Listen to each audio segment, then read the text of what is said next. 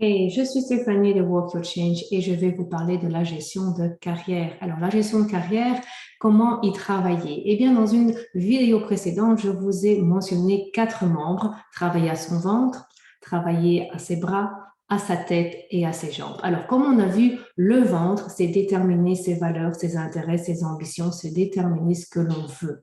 Les bras, c'est donc obtenir ce que l'on veut. Ce sont toutes ces initiatives qui nous permettent d'obtenir donc nos intérêts, le nouveau job ou la carrière que l'on désire. La tête, elle, qu'est-ce que c'est exactement? Eh bien, c'est cette mobilité mentale ou cette mobilité psychologique. Alors, pourquoi est-ce que c'est important de travailler à cette mobilité psychologique? Eh bien, si vous regardez autour de vous, tout change, tout évolue, tout change, que ce soit au sein de votre département, de votre société, mais aussi de la société de manière générale. Et donc, il est important d'être au courant de ces évolutions, de ces changements, parce que cela a un impact sur votre rôle, sur votre département, sur votre entreprise, mais aussi la société de manière générale. Et donc, être au courant de ce qui se passe, de ce qui bouge, de ce qui évolue, nous permet de savoir ce dont les sociétés ont besoin.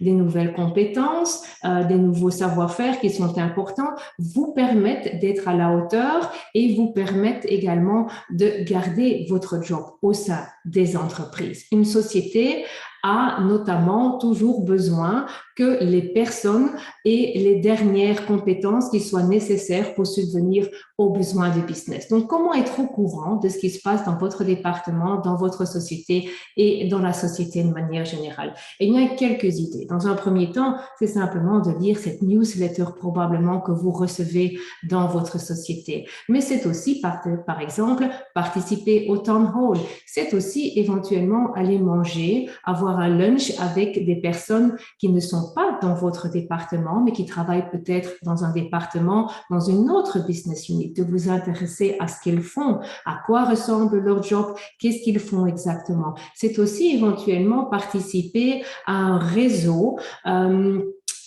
professionnel, soit relatif à votre fonction, si vous êtes dans les finances, RH ou dans la vente, mais aussi éventuellement un réseau professionnel relatif à votre secteur, par exemple dans le pharmaceutique, dans le secteur IT ou quoi que ce soit.